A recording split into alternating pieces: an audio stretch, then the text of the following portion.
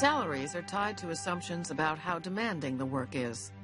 For more than 100 years, teaching was merely women's work. People assumed it required little skill or intelligence. The female teacher holds her commission from nature. In the well-developed female character, there is always a preponderance of affection over intellect. Horace Mann, 1835. Most people believed that women were nurturers by nature.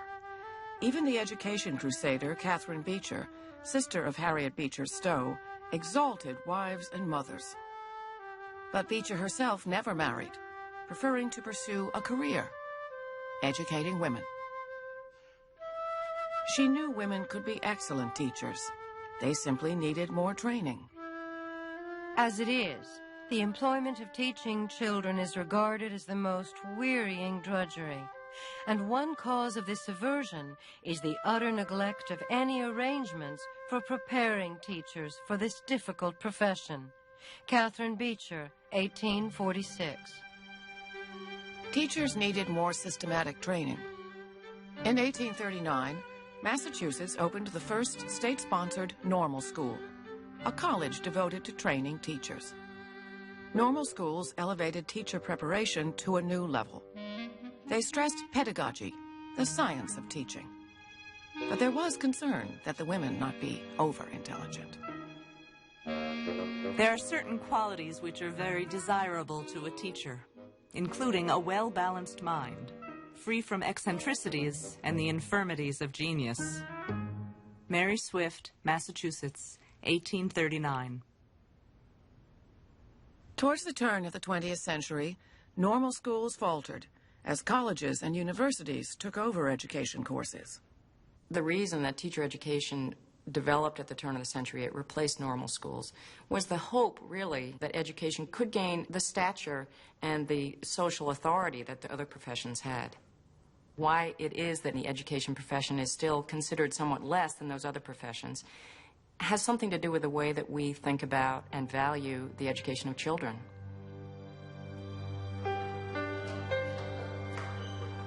Critics have accused schools of education of having low academic standards. Today, many people believe these standards are rising, but teacher education continues to be hotly debated. Teacher education programs are undergoing major reform right now. Many of them have really redesigned how they prepare teachers, giving them much more clinical and coursework experience that's relevant to today's needs in children. Others haven't yet, but that's part of the process of reform. You're going to learn some things about them tomorrow, and they're going to learn some things, and it's not all academic. They're going to begin to learn a little bit about what you expect, what the other kids in the classroom are like.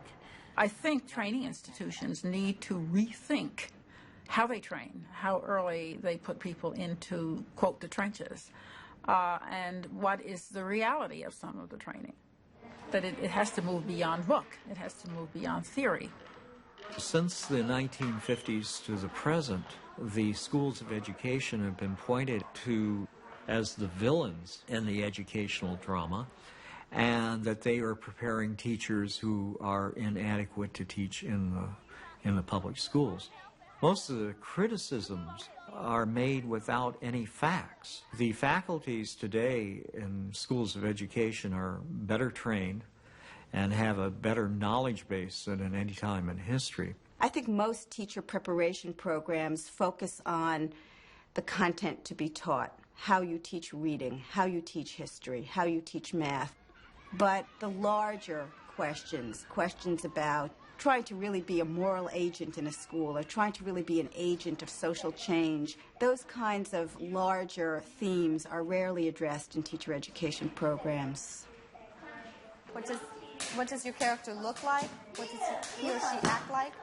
While some argue that universities don't teach about being moral exemplars or agents of social change, teachers grapple with these issues every day. We came in this year really feeling like we could save every child, and That was probably one of the hardest things to realize, that there are some that no matter what you do for them, they're probably not going to get very far. And it's not from lack of trying. Go to the other room. Angela. Okay, well, ignore me. February and March, I think, are the lowest months of the school year. They're so anxious, to be so good. And they don't like still having needs, still having things to work on. So we spend a lot of time talking about how that never ends. What government did they model our state government after, Derek? Alma? I really thought I'd be able to take the kids further than I feel like I have.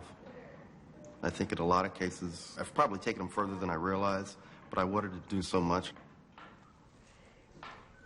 Does anybody know what government our state government was modeled after? No. I didn't know where they were coming from at the beginning, and now I know the groundwork I need to lay down for them to be able to be successful and do the kinds of things I want to do. My hypothesis is no, air does not take up space. I'm going to put the paper towel in the water to see if it gets wet. Okay, now let's pull it out. Is that wet or dry, Ashley? It's dry. It's dry! What's inside this cup right now? Paper towel. A paper towel and air. I've just had a really hard time keeping, control. We thought we had them taken care of, and now toward the middle of the year, I'm even having more problems. That's very interesting, but I'm wondering what it has to do with your assignment. So let's look at it then. You've done your edit check and your final draft? Come here, Courtney. It's really just trying different techniques that work with the kids, and realizing that what worked last week won't always work this week, and it's something you really have to stay on the ball with. Courtney, I don't see a final draft. Michelle, by luck of the draw, has the classroom that we now know is the more difficult classroom. Some of those children are hard for me to control. We'll do it together. She's going to be an excellent teacher. And the way it gets better is because she's really digging deeper into the causes for the behavior. How did Courtney get the book back? I got it back from James. I think the support system from, co-teachers as well as Sandy as a mentor teacher has been the greatest thing for me. Today, Mrs. Warner is going to come in here and do a lesson on equivalent fractions. And I beat up on myself a lot. And then Sandy will say, let's look at your strong points. Where did you go right? It's a coaching process. I ask key questions. But that's a really scary thing to them right now, is to realize, you don't teach a class. I have to teach 26 or 27 individuals. I think it's part of why you start feeling overwhelmed at this time of the year. You begin to realize how many needs there are. Are there any clues in that word that might tell you what equivalent means? Jaquay, that you think that it means something about being equal? And I don't know how she does it, because she's in and out of our classrooms whenever we need her to be. Sandy has played many roles for me this year, not just as a mentor teacher. She's been a friend, and she's just really been there for me this year.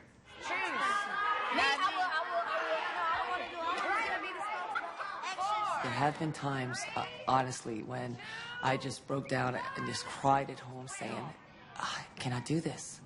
I honestly just break down and just say, is this worth it?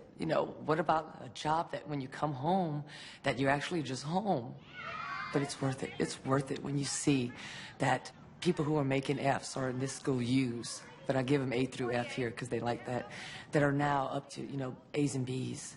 And are really trying hard, that the people that at the beginning of the year thought they were going to fail are now just like working and doing their homework and just different things like that. Knowing that you're making a difference really makes it worth it. I have my own shelter. I buy my own food. I buy my own clothes. Why would I? Love.